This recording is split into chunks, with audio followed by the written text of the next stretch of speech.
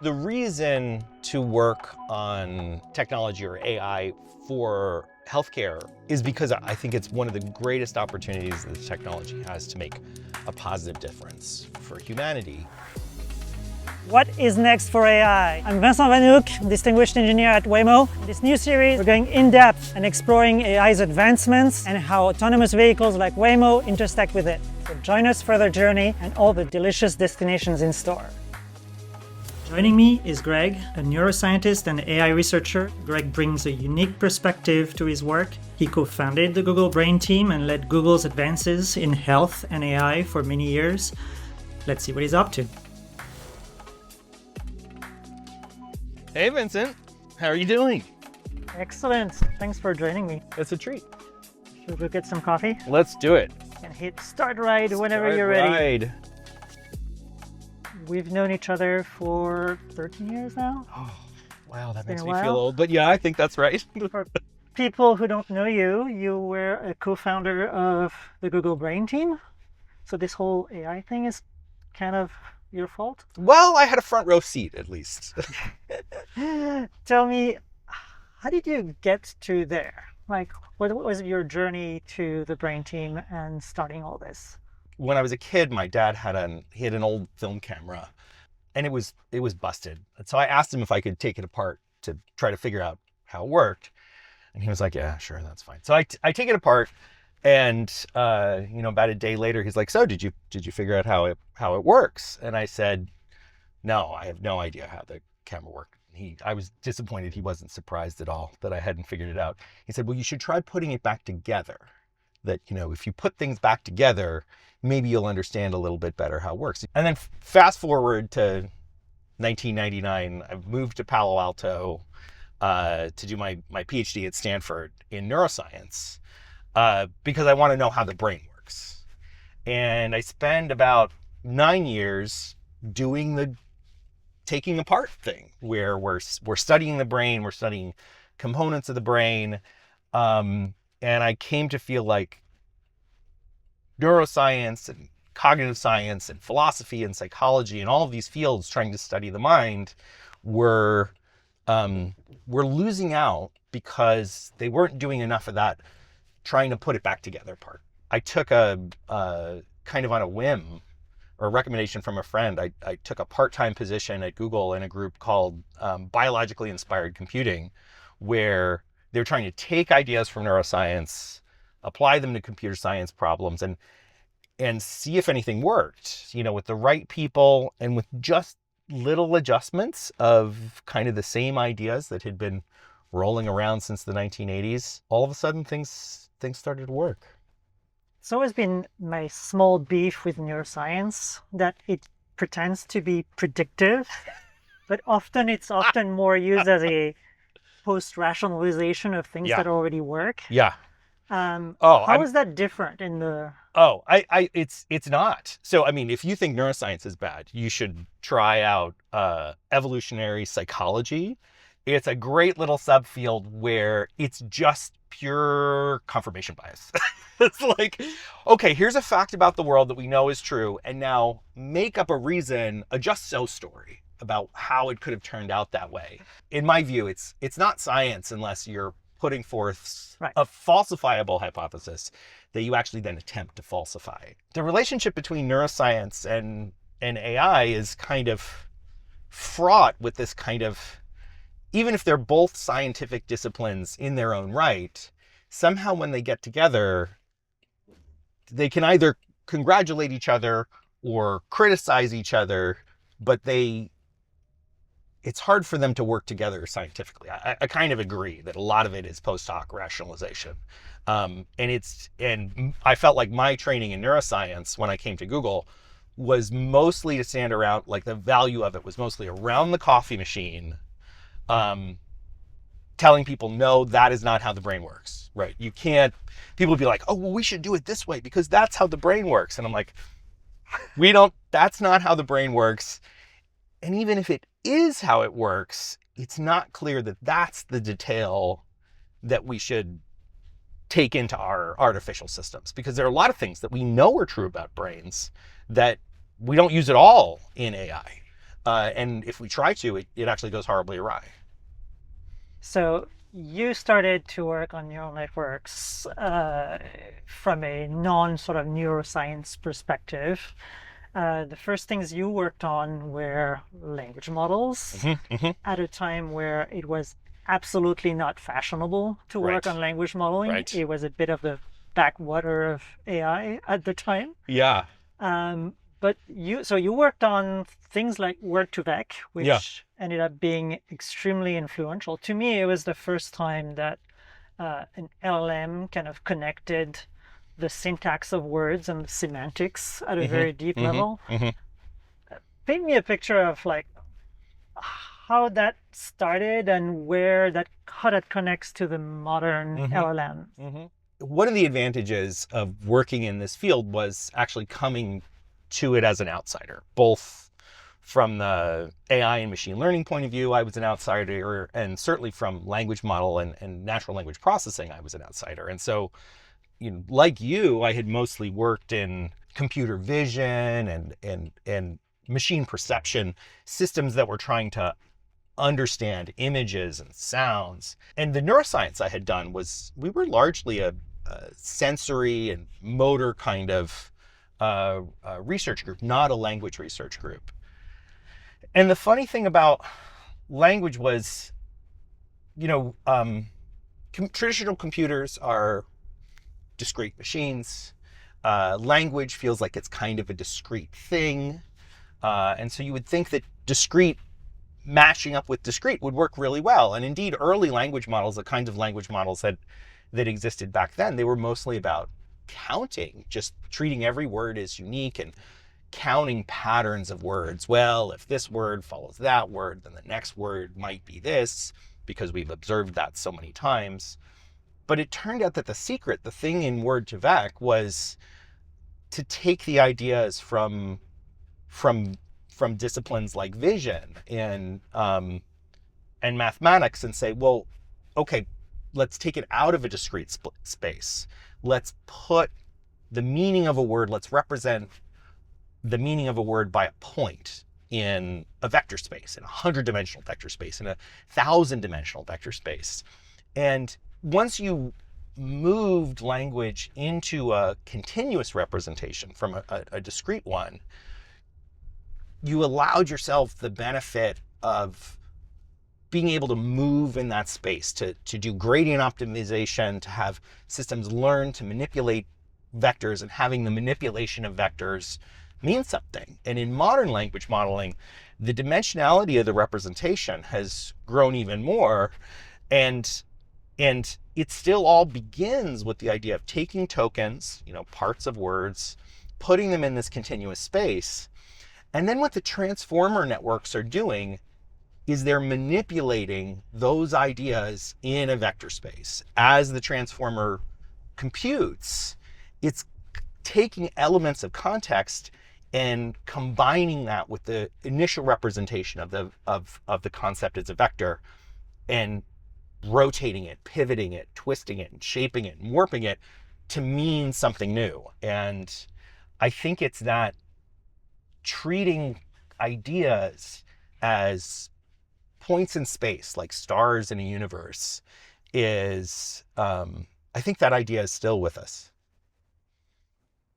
From there, you went on to work on what I think was the very first VLM, vision language model. Oh, yeah. With things like Devise. Yeah. And the idea there was take this proto LLM, connect it to a proto computer vision model, and then glue it together somehow. That idea is still there. Yeah, it's not gone away. And that idea, that did come straight from neuroscience. So in the brain, you'll have a representation, a coordinate system in the brain that represents the positions of an object in your visual field. And there's a different population of neurons that represent the position of your hand in the motor coordinates of the neurons that control your hand. And you have to map those two things to a common representation in order to reach for something successfully, in order to have hand-eye coordination. You need to take the coordinate system from your eyes and marry it to the coordinate system for your hands and compute in that space. And the idea of models like Devise was exactly that. It was just like, what if we can put all ideas into this coordinate system, not just words, but pictures too. A lot of these ideas, you try them almost on a lark. It's like, well, maybe it'll work. But if it doesn't, you'll come up with an explanation for why it didn't work. But when it does, you just have to, you just seize onto it and then iterate until you can break it, until you can make it stop working. I think the best thing to do is keep going. Yeah, and we haven't stopped, right? No. The modern architectures, what do they have on top of this? They have like tokens, maybe. That's one innovation. To some degree, transformers are implementation detail, maybe. Do you think there's anything more that we need to really, really think about and reconsider in that space? Definitely yes. For a lot of things, a lot of pieces of technology, and certainly for AI, it can be surprising how far you get on a handful of good ideas and recombining them in new ways, right? It's like cooking, right? There's a lot of different things that you can build with these same ingredients, things that feel qualitatively different. I think it's a mistake to imagine that that's everything. There's nothing beyond this. There's no other cuisine or spice or way of putting things together that could be radically different. I think it's almost probability one that there's going to be a new earth-shattering idea that we will then wonder how we lived without. What's your favorite thing that nobody thinks about that you would wish people looked at?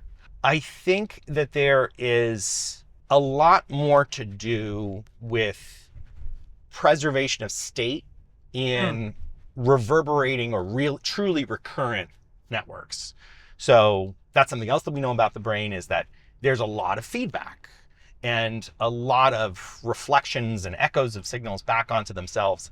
And with the transformer architecture, we've basically taken recurrent neural networks and rolled them out, smeared them and interconnected them and linearized them in a whole bunch of ways that makes it great for CPUs and GPUs to do massive amounts of computation on them. But I think that we may have lost something in that unrolling. It's like taking, every map of the Earth that's projected onto 2D loses something by being steamrollered out. Every projection is giving things up.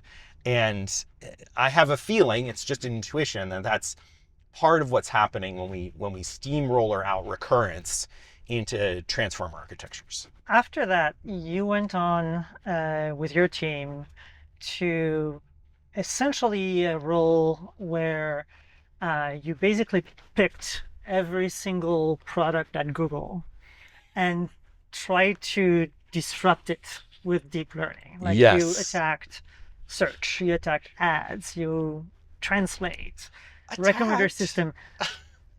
Yeah. Went to help. It was fascinating to look at from the sidelines. I think it's a magical moment of disruption from within that I don't think I've ever seen elsewhere in my career. And that I think Google, with your help, has done very well and has managed to really move all of its internal infrastructure to deep learning as a part of its scaffolding.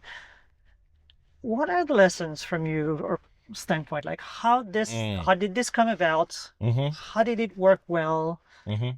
What are the things that were difficult to overcome in that mode of working? As technologists and engineers, we're biased towards what we can build and how things work, and trying to tell people how it works. What was really important for that kind of disruptive innovation and existing products and with large teams and large user bases was you had to listen.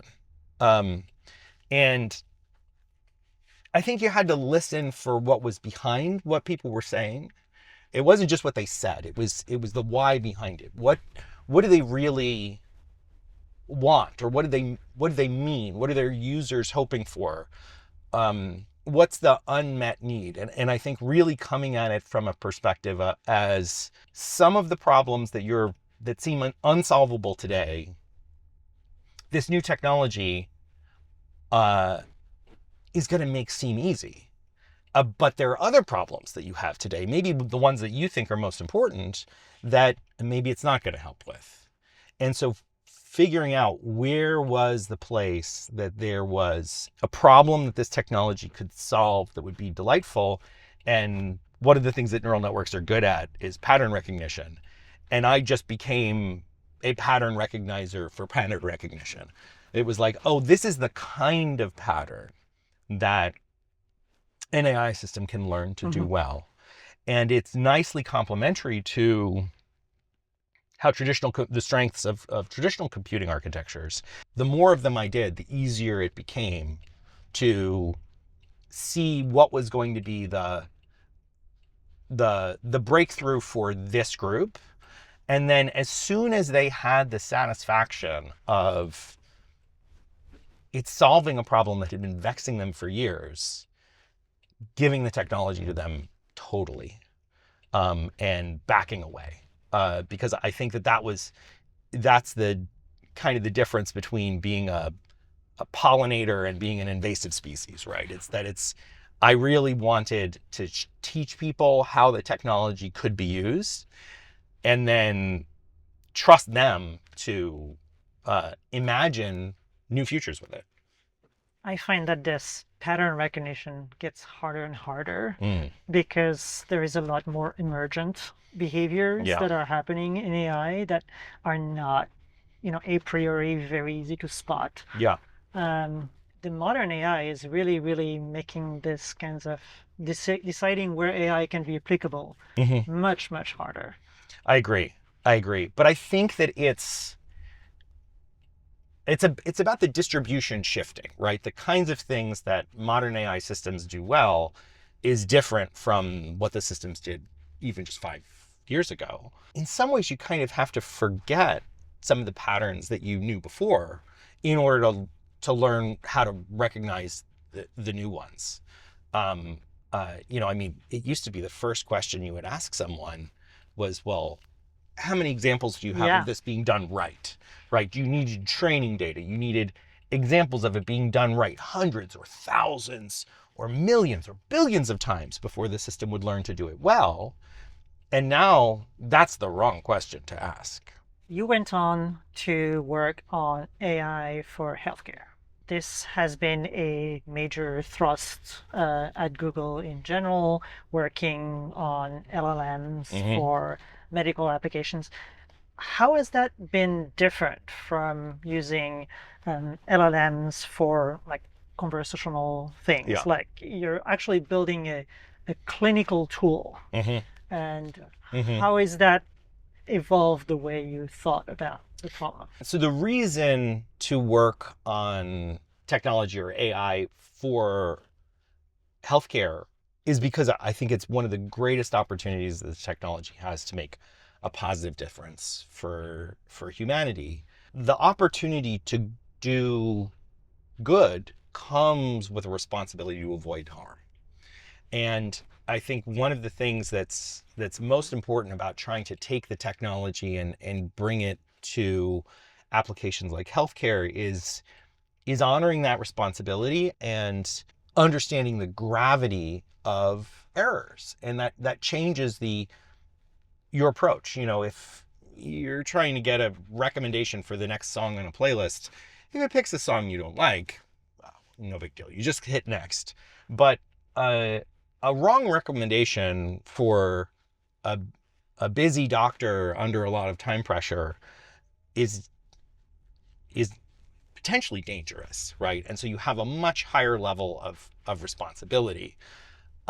That I was expecting. I think what I wasn't expecting was that I think working in medicine showed me that there's a big difference between, book smart and real world practical intelligence.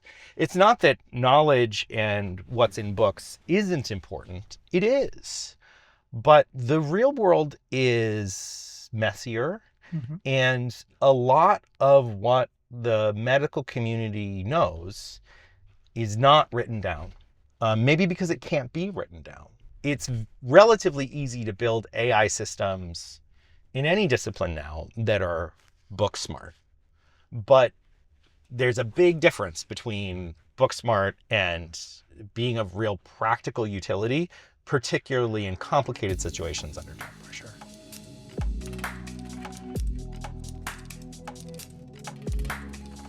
I worry a lot in this context about the tendency of language models to become sycophant very quickly. Like in my daily life, this is the one little irritant that is always there. Like every time I ask a question to one of those LLMs, they shower me with praise about how smart my question is, and I want to slap my laptop if I could. Yes. There are practical consequences to this language models wanting to please in a when you want a language model to be critical. Yes. Yeah, I feel very strongly about this. I mean, I think that what I want out of AI systems is I want something that is a tool that helps me and something that I can approach as a collaborator. And a good collaborator or a good teacher will push back on you, right? They'll challenge you to do better, to have bigger ideas, to see the error in your reasoning. And I think that current chatbots are really terrible at this. I think that it's very hard for them to strike a balance between sycophancy and paternalism. It's a much subtler. Being a great collaborator is a subtle dance. And I think that there's sort of a lack of sophistication in understanding the long-term goals of the person that the AI system is working with, of understanding the nuance of social communication. I think that the sycophancy is it's due to the systems having a very impoverished notion of what it means to be helpful, to be a good helper, is not to just constantly be congratulating someone. It actually should be to kind of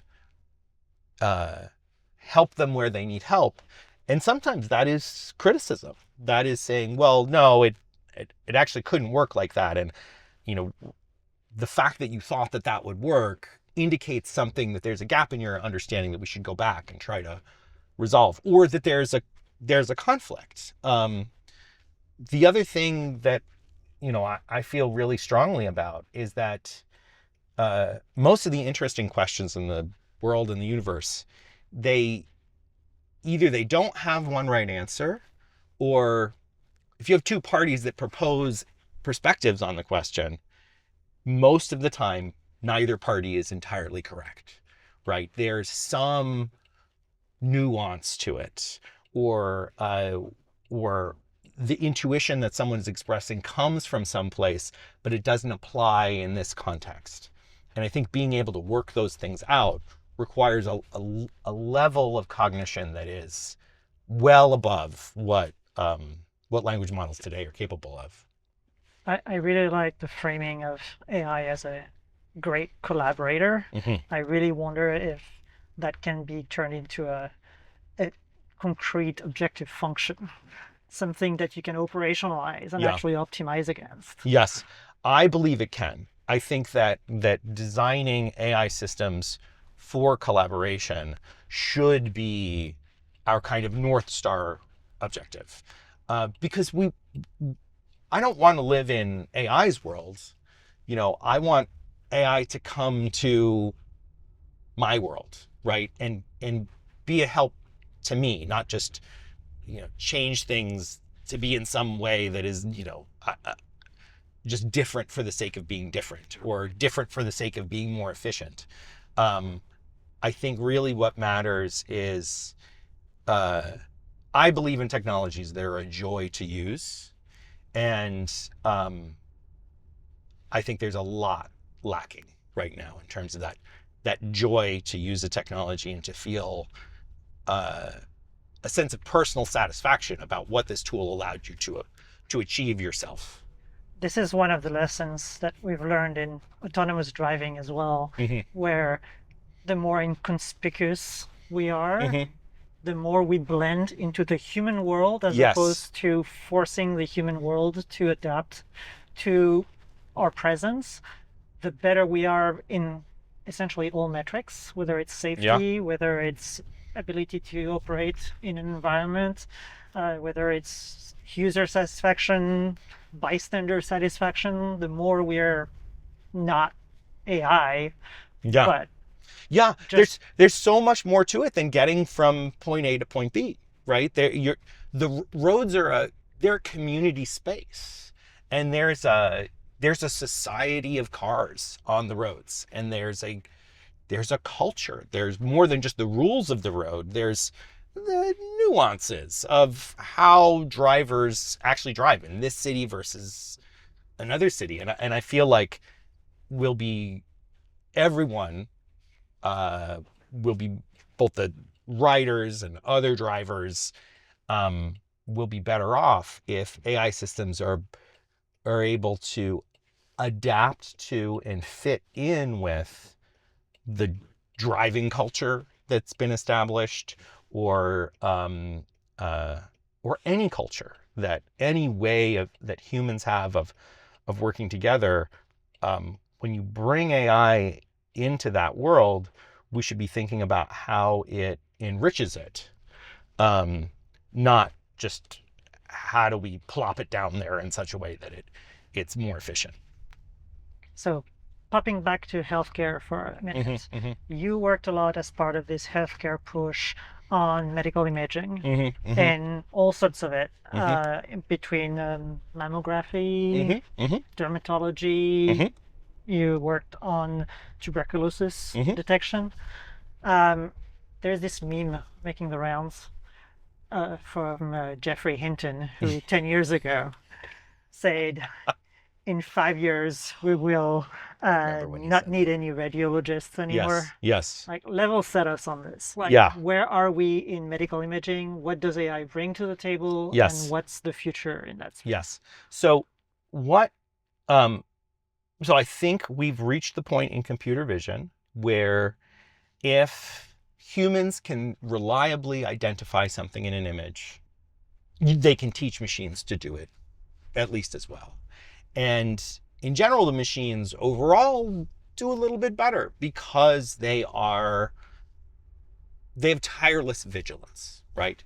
They're giving their kind of full energy and computing ability to every single case that comes before them. And physicians have an intense motivation to help their patients, but they can use AI to deal with large volumes of work.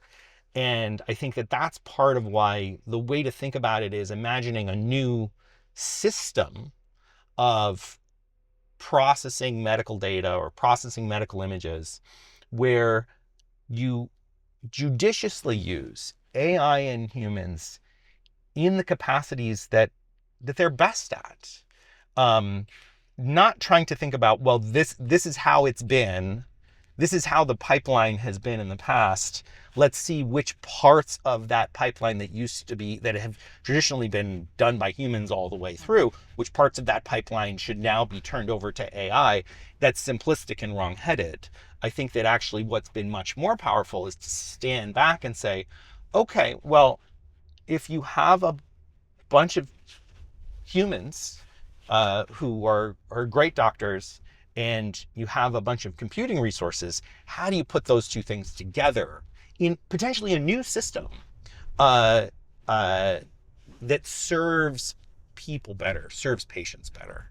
And there have been some fine examples of that, particularly in the mammography community, where you can use AI, for example, to order a follow-up study. If we think it's likely that a follow-up study is going to be required, an AI can take a guess at that. And if they're incorrect, well, then okay, we did one extra imaging study that we didn't need to. But if they are correct, which they are an enormous fraction of the time, not necessarily what the diagnosis is, but that they're correct, that a human doctor is going to want to see more images. Then they can get those images while the patient is still there in the waiting room, rather than having them go and come back. And it's something that's very personal to me. I mean, people very close to me in my life have both received these callbacks for a mammography study and have it turn out to be nothing, but where they spent weeks with knots in their stomachs, and cases where it came back and it was cancer, and that extra waiting made it worse. And I think that if you take the view of what's best for the patient, how do we care for the population best, and free yourself from the idea that the way that we've done it before is the way that we have to do it in the future, then I think you can imagine novel combinations of AI and doctors working together in new ways. And I think it's going to be up to the next generation of doctors to imagine that future. I think those are the right people. The people who are in medical school right now are maybe not consciously, but they have the zeitgeist of where technology is and where it's going in their mind. And they're going to see the future before any of the rest of us do. I was talking to my eye doctor one day and saying how I'm super excited about the fundus images that he was taking, because he was going to send them to me by email. And I was like, yeah, we're using AI to recognize and do diagnostics of this. He didn't really engage. I was very disappointed. So I relate to your point that maybe it's the next generation that will be AI native and know how to use the tool and get excited about the outcomes. And really sort of embrace the thing. I do relate to the workflows changing. I think that's a key difference, is now that we have an automated way of doing screening of things, it can really shift the balance of where the time is spent. It's interesting to me that, I've been working at the intersection of AI and the physical world for a while, working in robotics and now autonomous driving.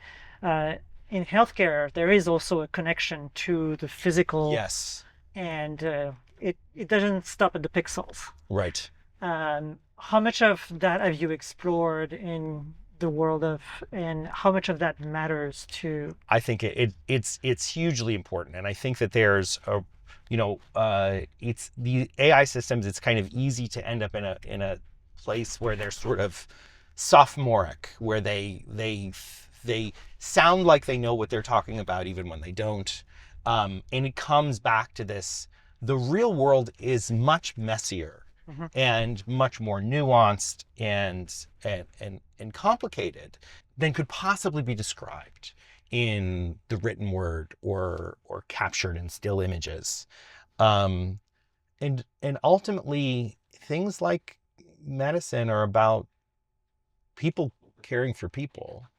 And so I think you have to think of the technology as being embodied in that world, that there's a team of people that are trying to care for someone who is ill, or there's a team of people that's trying to care for a population and trying to prevent the rise of illness and bad outcomes for a group of people.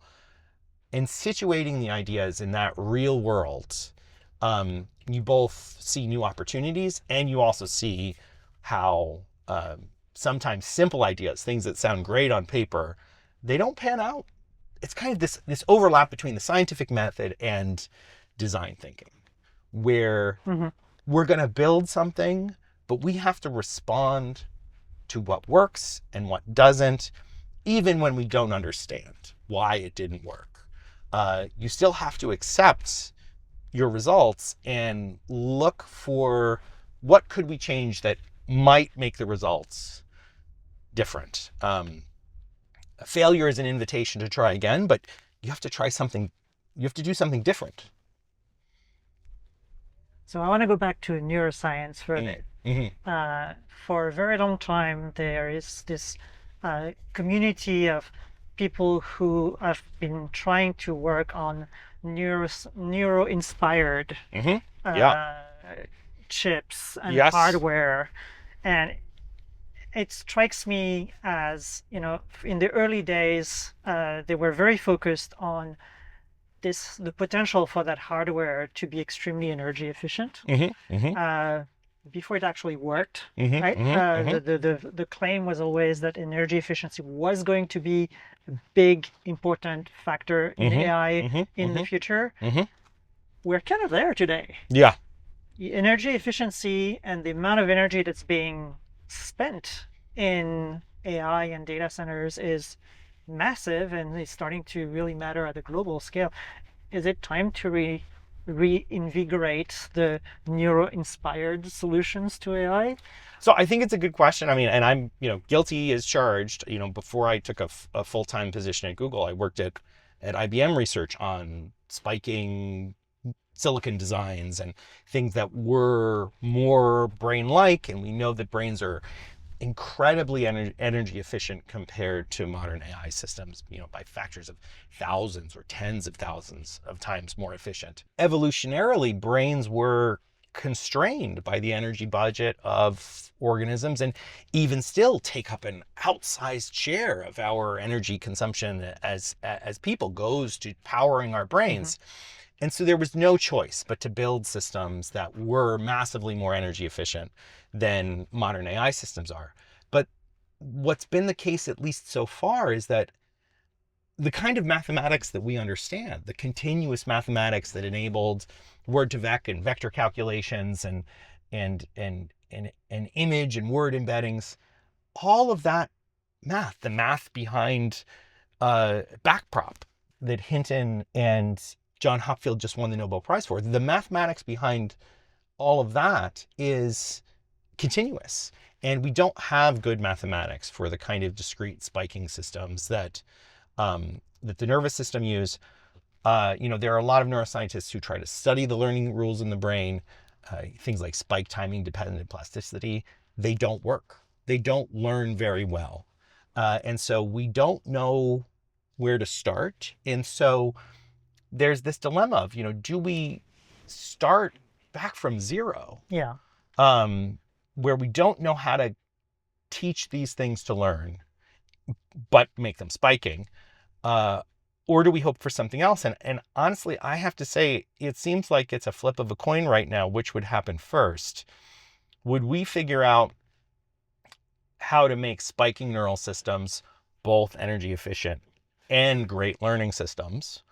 Or will the kind of AI systems that we have today help us build fusion reactors?